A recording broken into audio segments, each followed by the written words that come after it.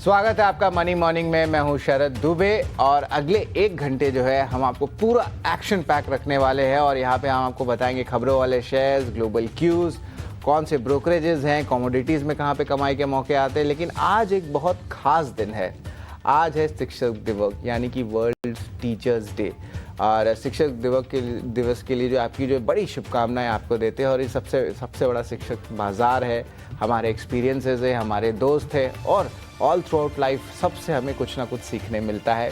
आज भी शायद मार्केट में कुछ नया सीखने मिलेगा और वो सारा सीख हम और हमारे गेस्ट, हमारी जो पूरी टीम है वो आपके सामने लेके आने वाले हैं।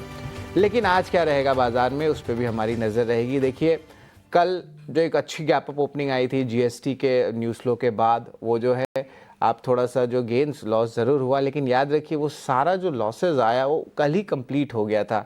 आज फिर से देख रहे कि ग्लोबल क्यूज़ अच्छे दिख रहे, एशियाई बाज़ार अच्छे हैं और गिफ्ट निफ्टी का इम्प्लाइड ओपनिंग भी देखें तो पॉजिटिव है, लगभग 24,800 के 880 के ऊपर आ रहा है। अमरीकी बाज़ार में क्या क्या जो है डेवलपमेंट्स आए, ट्रम्प का क्या बयान आया, इस सारे डिटेल्स को लेके अभिषेक हमारे साथ जुड़ रहे हैं। Abhishek, good morning, happy teachers day. आपसे भी हमने बहुत सीखा है और मैं और भी सीखेंगे। लेकिन ज़रा बताएं, अमेरिकी बाज़ार में क्या है, वहाँ से क्या सीखने मिलेगा? डोनाल्ड ट्रंप तो रोज़ कुछ ना कुछ सिखाते ही हमें एज अ जर्नलिस्ट।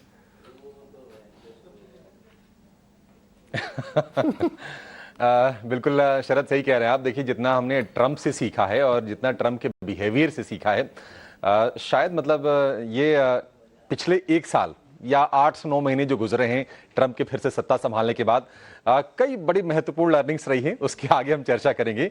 लेकिन हम सभी एक दूसरे से सीखते हैं और मार्केट तो कह सकते हैं कि अथाह समंदर है। सीखने के लिए इतना कुछ है। मैं आपसे सीखता हूँ, आप हमसे सीखते होंगे, हम सभी कुछ न कुछ एक दूसरे से सीखते हैं। तो चलिए इस सीख को थोड़ा और आगे बढ़ाएंगे थोड़ी देर में और चर्चा करेंगे कि बाजार से हमने क्या सीखा है और इंपॉर्टेंट लर्निंग्स क्या रही हैं। लेकिन आज अगर अमेरिकी बाजारों से अगर हम संकेतों की बात करें तो संकेत ठीक ठाक आपको दिखाई देंगे, क्योंकि डाउ जोन्स की बात करें तो 350 अंक चढ़ा है, नैस्डैक करीब 200 अंक और S&P 500 की बात करें तो करीब करीब 50 अंकों की तेजी रही है। लेकिन रिकॉर्ड हाइस पर जाकर बंद हुआ है S&P 500। और कल हमने देखा कि नैस्डैक और डाउ जोन्स भी ये दिन के हाइस पर जाकर बंद हुए हैं। तो संकेत वहां से ठीक ठाक है। ट्रंप के देखिए कुछ कमेंट आ रहे हैं शरद। ट्रंप ने अभी ये चिप्स को लेकर अपना स्टेटमेंट दिया है कि हम टैरिफ लगाने जा रहे हैं।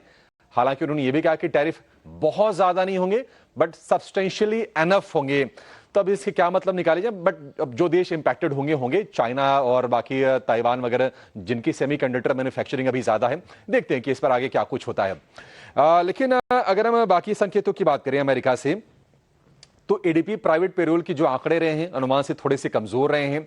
लेकिन असली जो नजर है बाजार की, आज आने वाली जॉब रिपोर्ट यानी कि नॉन फार्म पेरोल के आंकड़ों पर नजर रहेगी।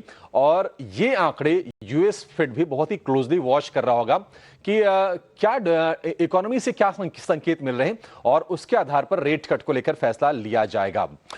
उम्मीद ये है कि अगस्त में नॉन फार्म पेरोल में 75,000 की बढ़त होगी। लेकिन इसके बाद 17 सितंबर को यूएस फेड की पॉलिसी पर नजर होगी और सीएमई फेड वॉच टूल के मुताबिक दरों में जो 0.25% कटौती की जो संभावना है वो है 97% पर।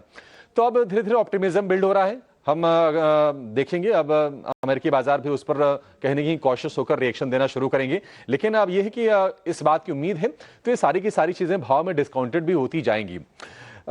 इस हफ्ते अगर अमेरिकी बाजारों की हम चाल की बात करें तो नेट अगर आप डाउ जोन्स को देखेंगे तो 0.2% की तेजी रही है। नैस्डैक थोड़ा ज्यादा चला है, 1.25% के आसपास की तेजी रही है। S&P 500 की बात करें तो 0.25% के आसपास की मजबूती हमने देखी है। और एशियाई बाजारों से बात करें तो एशियाई बाजारों से जो संकेत हैं वो हम देख रहे हैं कि मिक्स्ड हैं। कोस्पी में चौथे दिन तेजी है, लेकिन कोस्पी बिल्कुल सपाट कारोबार कर रहा है। जापान के अगर निकेई की बात करें, लगातार दूसरे सत्र में तेजी है और जो तेजी फिलहाल हम देख रहे हैं वो है 350 अंकों के आसपास की। अन्य संकेतों की बात करें, गोल्ड हम देख रहे हैं कि रिकॉर्ड चमक दिखा रहा था। ऊपरी स्तरों पर थोड़ा सा प्रेशर आया है, लेकिन भाव अभी भी $3610 के आसपास के बने हुए हैं।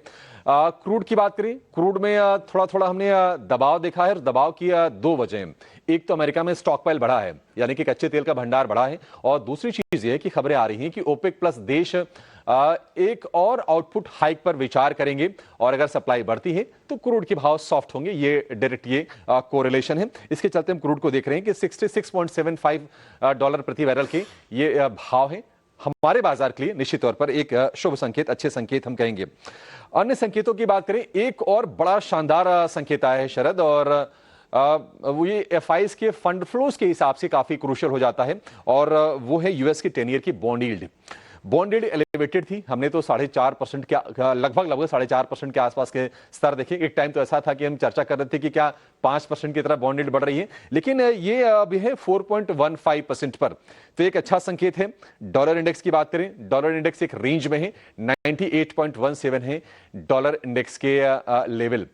इस बीच खबर यह भी आ रही कि अमेरिका जापान के बीच ट्रेड डील पर सिग्नेचर हो गए हैं, तो इसके अपडेट्स आगे हम लेकर आएंगे। लेकिन ओवरऑल संकेत ठीक है, और गिफ्ट निफ्टी भी हम देख रहे हैं कि 67 अंकों की तेजी पर खुलने के संकेत दे रहा है।